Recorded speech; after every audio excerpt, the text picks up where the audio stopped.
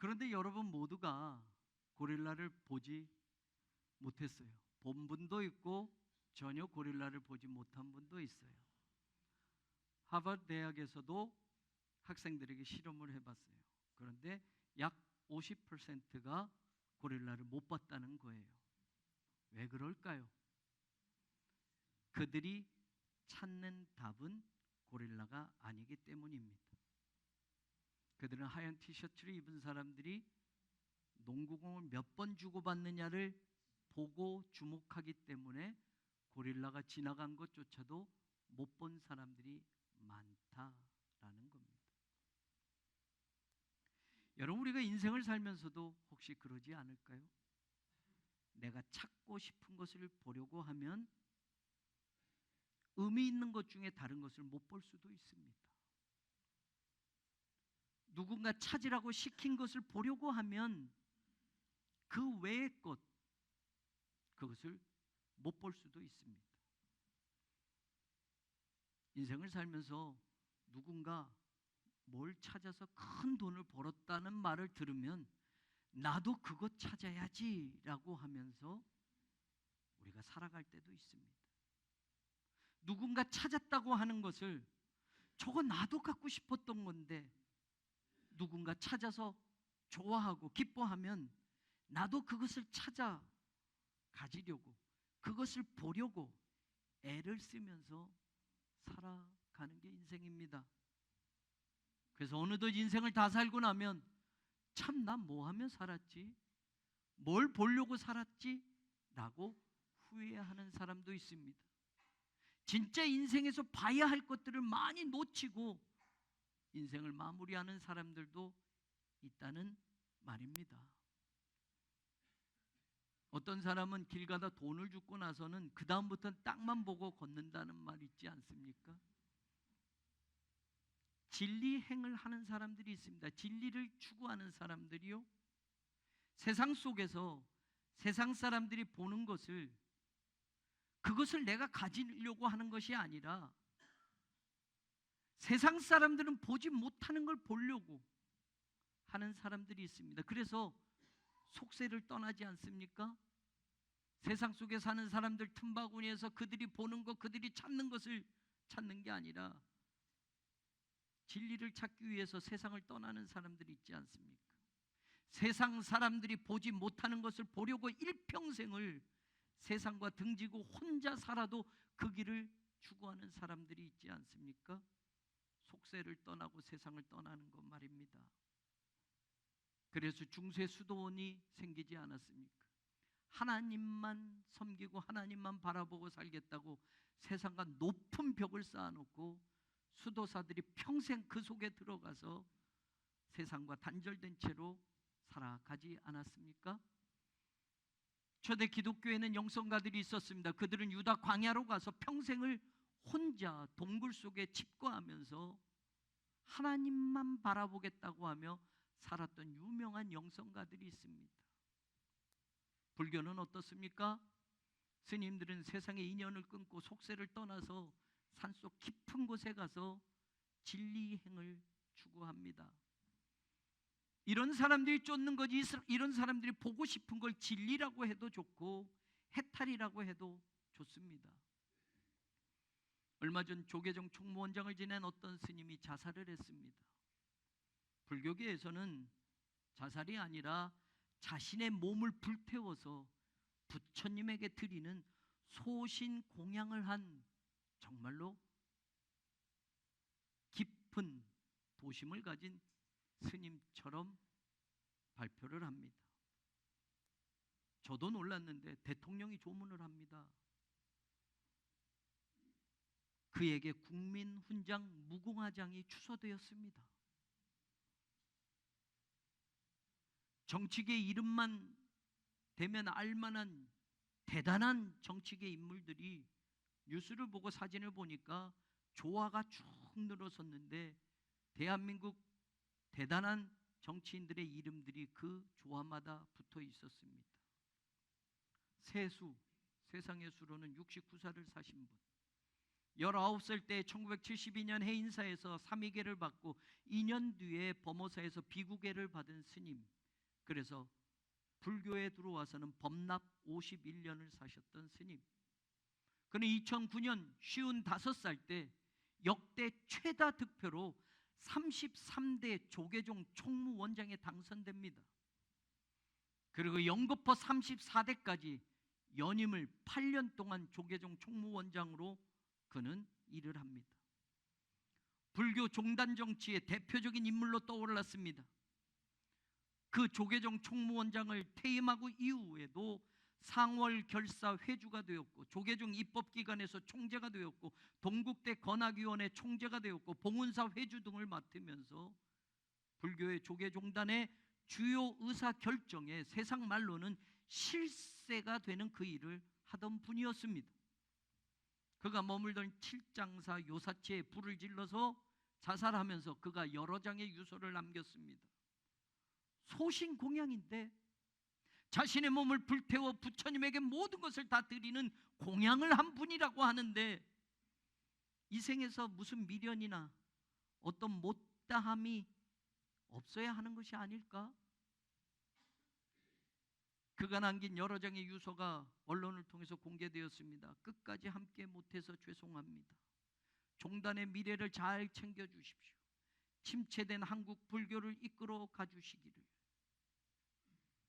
그러면 그렇게 아직 해야 될 일이 많으면 자기 몸을 불사르지 말고 자신이 그런 위치에서 그런 일들을 할 수 있는 인물이었기에 자신이 그 일을 하면 되지 않았을까라는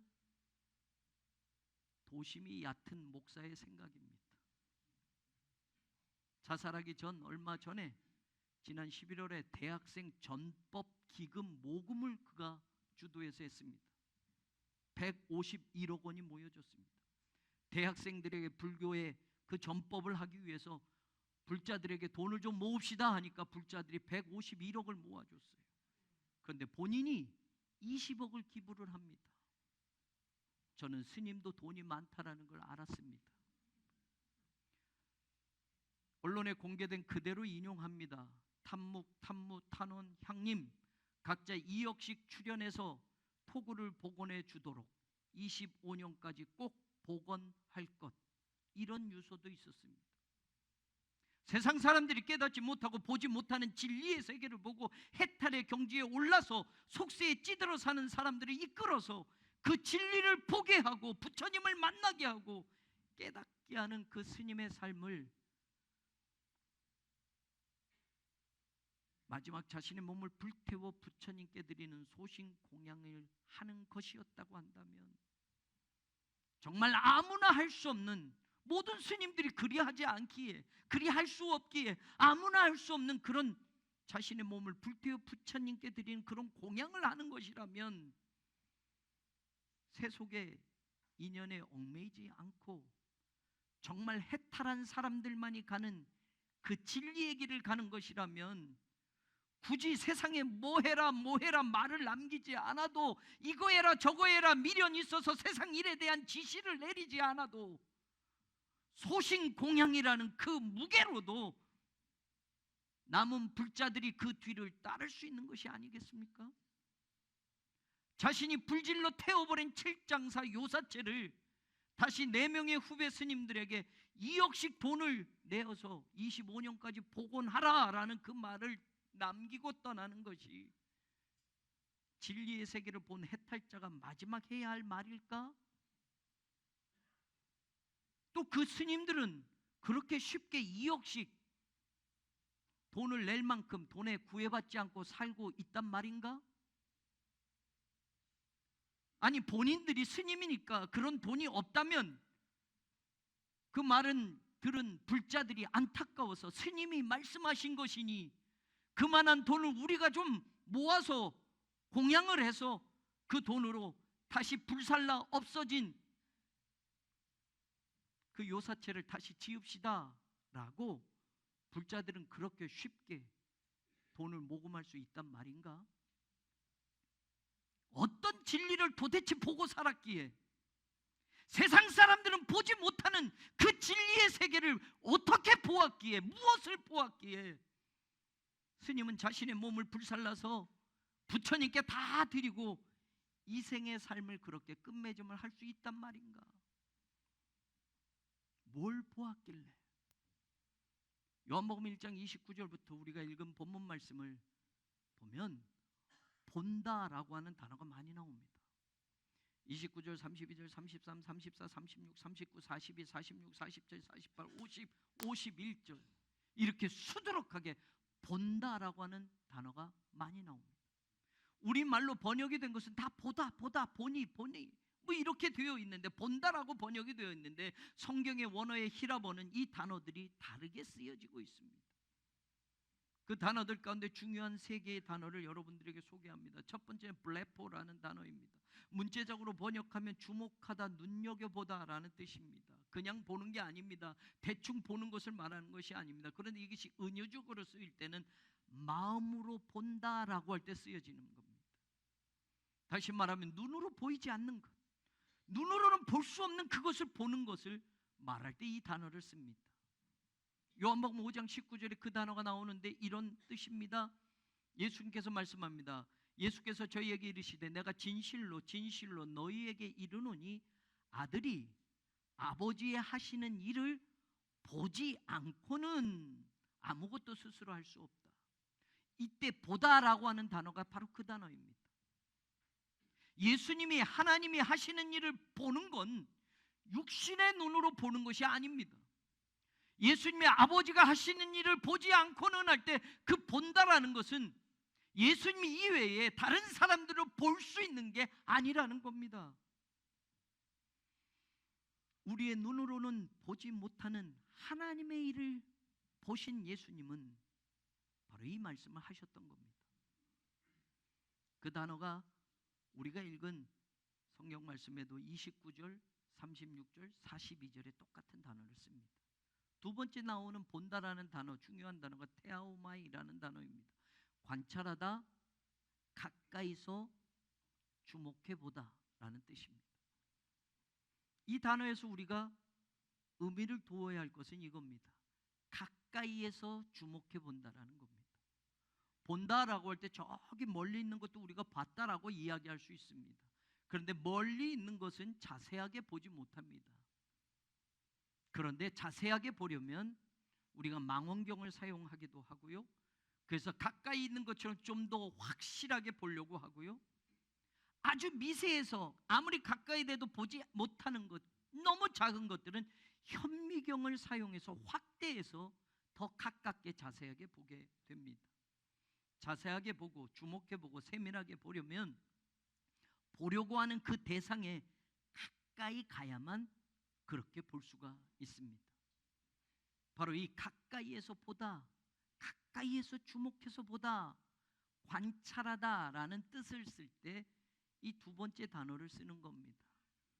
요한복음 1장 14절에 말씀이 육신이 되어 우리 가운데 거하심에 우리가 그의 영광을 보니라고 할 때 이 단어가 쓰여진 겁니다.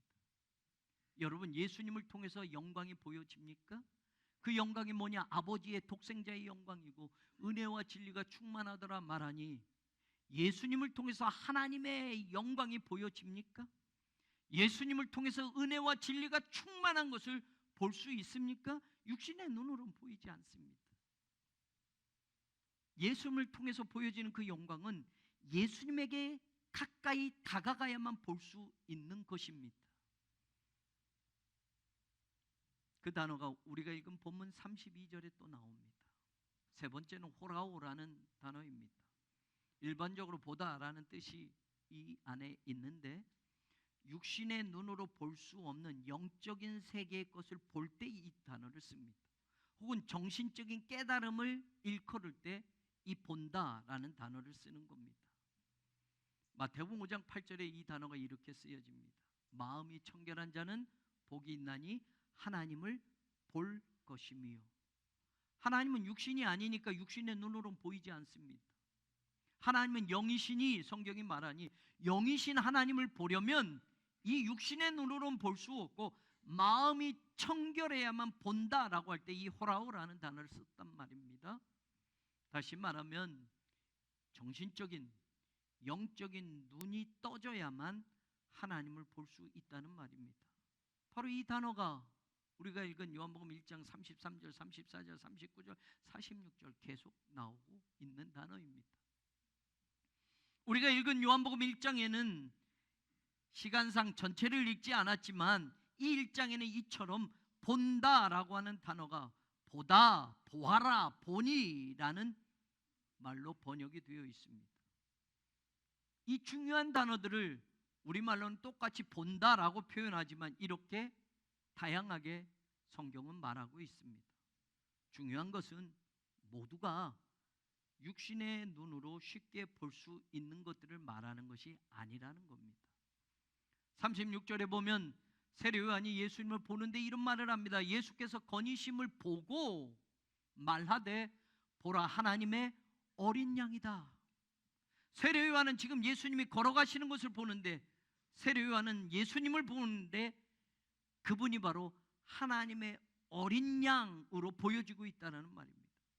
29절에도 세례 요한이 예수님을 보면서 세상 죄를 지고 가는 하나님의 어린 양이다 라고 말하는 장면이 나옵니다.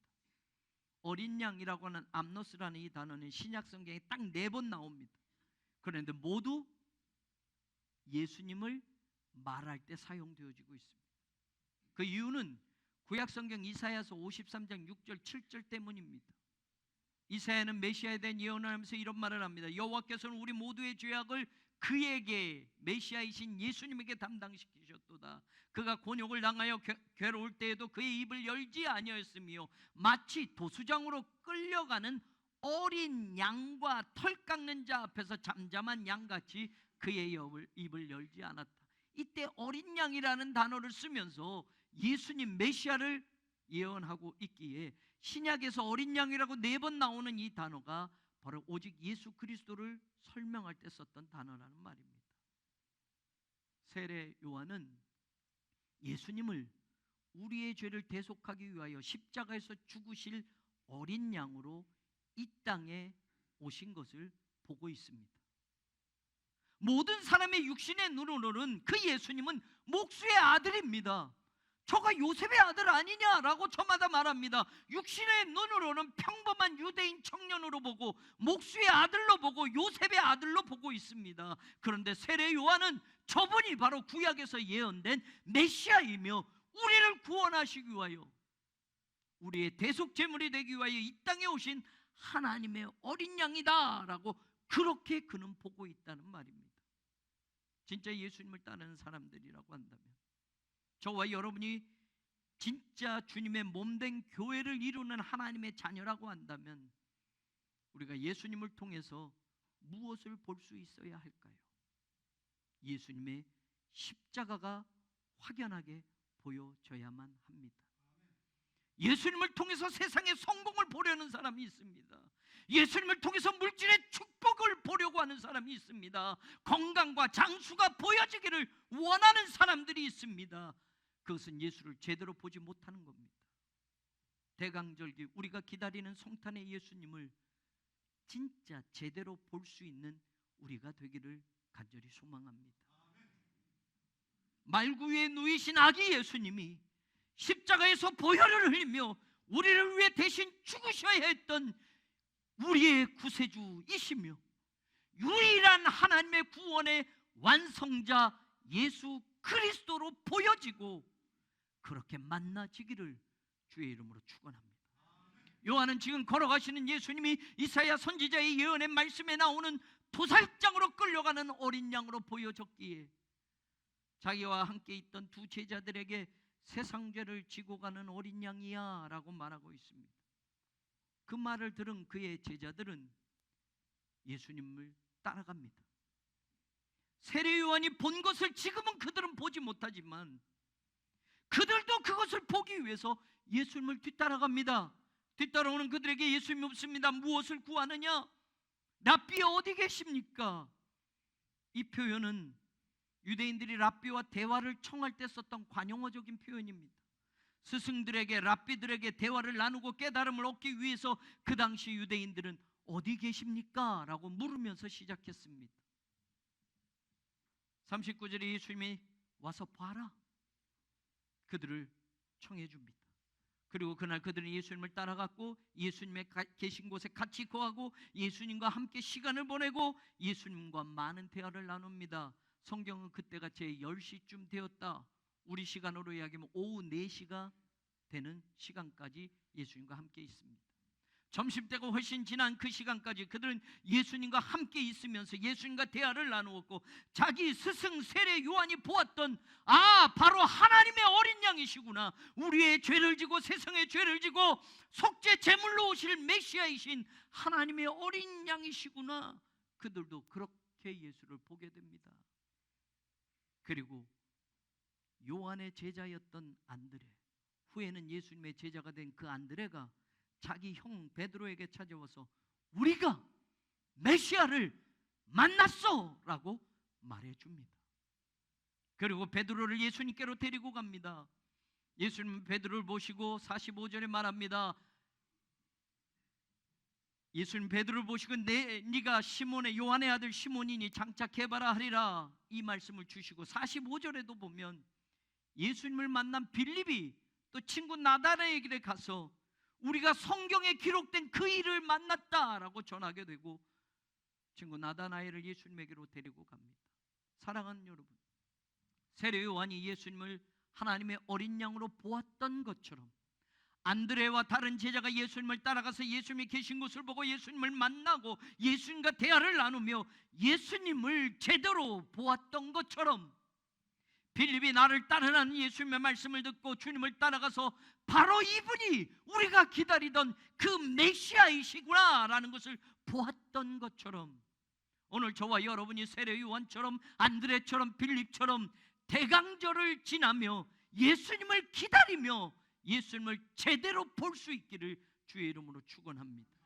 예수님은 세례 요한의 제자들이었던 안드레와 다른 제자들에게 39절 와서 봐 라고 말씀합니다. 예수님을 만난 빌립도 자기 친구에게 와서 하는 말이 46절에 너 한번 와서 그분을 봐 라고 말합니다. 예수님에게 온 나다나엘에게 예수님이 50절에 이보다 더 큰 일을 네가 보게 될 것이다 라고 말씀하십니다. 더 나아가서 51절에 하늘이 열리고 하나님의 사자들이 인자 위에 오르락내리락 하는 것도 보리라 라고 하십니다. 예수님을 통해서 우리는 육신의 눈으로 볼 수 없는 하나님의 일하심을 보게 될 것이며 하나님의 구원 역사를 보게 될 것입니다. 육신의 눈으로는 볼 수 없는 인간의 몸을 입고 이 땅에 오신 예수님이 우리가 기다리던 메시아이심을 보게 될 것입니다. 우리의 죄를 씻어주시고 용서해 주시며 하나님의 자녀로 삼아주시기 위하여 십자가에서 피 흘려 죽으신 우리의 구원자이신 그리스도이심을 보게 될 것입니다. 복음은 선포되어지는 것이지 토론되어지는 것이 아닙니다.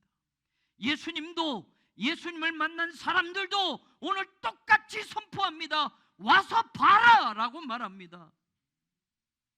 우리는 무엇을 보고 있습니까?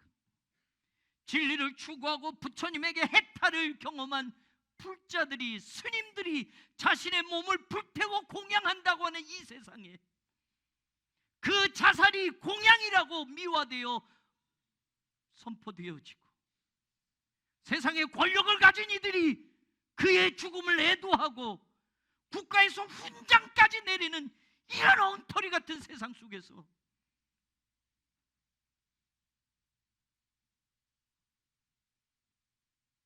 오늘 기독교인들은 뭘 보고 있습니까? 우리가 기다리는 예수 그리스도를 통해서 우리는 무엇을 보려고 하는 겁니까? 예수님을 본 사람들의 똑같은 선포는 우리가 메시아를 만났다. Hurricane man turned Messiah.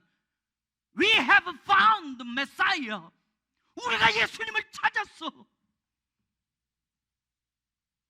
여러분, 이 말은 얼마나 감격스러운 말인지 모릅니다.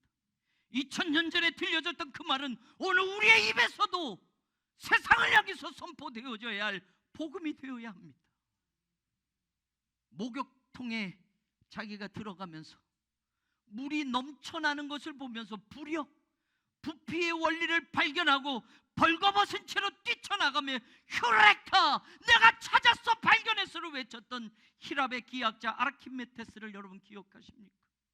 과학의 원리, 과학의 이치를 발견하고서도 너무 기뻐 벌거벗은 몸을 가지고 바깥으로 뛰쳐나가며 휴레카, 휴레카, 내가 찾았어, 내가 발견했어 라고 말했던 아르키메데스. 오늘 예수님을 만난 사람들의 입에서 선포되어질 말이, 선포해야 할 복음이 무엇입니까? 예수님을 기다리는 우리들에게 예수님이 도대체 무엇을 보려고 우리는 기다리고 있습니까? 오늘 안드레는 자기 스승 세례 요한이 세상 죄를 지고 가는 하나님의 어린 양이라고 하는 그 말을 듣고 예수님을 따라갑니다. 정말로 예수님이 우리가 그렇게 기다렸던 메시아이심을 그가 보고 난 후에 돌아와서 형에게 하는 첫 마디가, 우리가 메시아를 찾았어, 우리가 메시아를 만났어. 이 감격을 자기 형 베드로에게 전하고 있습니다. 빌립은 어떻습니까? 나를 따르라, 예수님의 말씀에 순종하고 따라가서 예수님을 제대로 보고 난 다음에, 아, 이분이 우리가 그렇게 기다리던 바로 그 메시아, 우리의 구원자이시구나. 그는 친구에게 전합니다. 우리가 그 일을 만났어, 우리가 그분을 찾았어. 너도 그분을 봐. 그분은 모세의 율법에 기록되어지고 여러 선지자들이 기록한 바로 그분이었어. 우리가 그분을 만났어. 친구 나다나엘에게 선포합니다. 너도 봐. 복된 대강절기, 이 땅에 우리를 구원하기 위해서 인간의 몸을 입고 오신 예수님을 기다리는 시간입니다. 무엇을 위해 예수님을 기다리고 계십니까? 이 땅에 오실 예수님을 통해서 어떤 것을 기대하고 무엇을 보려고 우린 지금 그분을 기다리고 있습니까? 요한이 보았던 세상 죄를 지고 가는 하나님의 어린 양, 안드레가 고백하고 빌립이 선포했던 우리아가 메시아를 만났다, 성경에 기록되어지고 우리가 기다리던 바로 우리를 구원하실 그분을 만났다. 이것보다 더 기대할 것이 무엇이고 이것보다 더 강력한 복음이 어디 있습니까? 예수님을 통해서 여전히 세상의 불을 보기를 원하는 사람들, 예수님을 통해서 육신의 것을 채울 수 있다고 하는 가짜 복음을 붙들고 그 복음을 가지고 살려고 하는 사람들, 그 신앙이 아니라, 그 기대가 아니라, 그 봄이 아니라 내 인생의 구원과 영원한 생명을 주시기 위하여 나의 죄를 용서하시고 기꺼이 십자가에서 피를 다 쏟아 죽으시기까지 하나님의 일을 완성하셨던 그 메시아를 보고 그 메시아를 만나기를 원합니다. 그분의 마지막은 다 이루었다 였습니다. 자신의 몸을 불태워 부처님에게 드려도 세상에 무엇이 남아서 이거 하시오, 저거 하시오, 이렇게 하시오, 저렇게 하시오, 돈을 얼마를 모아서 이거를 지으시오. 우리의 신앙으로 보면 불자들의 그것이 진짜 진리를 본 사람들의 마지막일까? 도심이 적은 목사는 의구심이 들 수밖에 없습니다. 나사렛에서 무슨 선한 것이 날 수 있겠어? 메시아가 어떻게 나사렛에서 날 수 있겠어? 반신반의하며 주님 앞에 다가갔던 나다나엘, 그가 진짜 예수님을 보았습니다. 진짜 예수님을 만났습니다. 그리고 그가 고백합니다. 49절, 당신은 하나님의 아들이시오, 당신은 이스라엘의 임금이로소이다. 교회의 기초가 되었던 베드로의 신앙 고백과 견주어도 하나도 모자랄 것이 없는 예수님을 만난 자의 그 고백이 오늘 저와 여러분에게도 선포되어지길 주의 이름으로 축원합니다. 그렇게 예수님을 보고 고백하는 그에게 예수님은 놀라운 말씀을 선언하십니다. 내가 너를 무화과 나무 아래서 보았다 함으로 믿느냐? 이보다 더 큰 일을 보리라. 예수님을 본 그들에게 예수님 또 덧붙여서 선포하셨습니다. 51절, 하늘이 열리고 하나님의 사자들이 인자 위에 오르락 내리락 하는 것을 보리라. 사랑하는 여러분, 저는 우리 교회가 앞으로 더 큰 일을 보는 교회가 되기를 소망합니다. 눈으로 보는 것만 따라가는 것이 아니라 눈으로 볼 수 없는 그 세계를 볼 수 있는 영적인 눈이 떠져 있는 교회가 되기를 원합니다.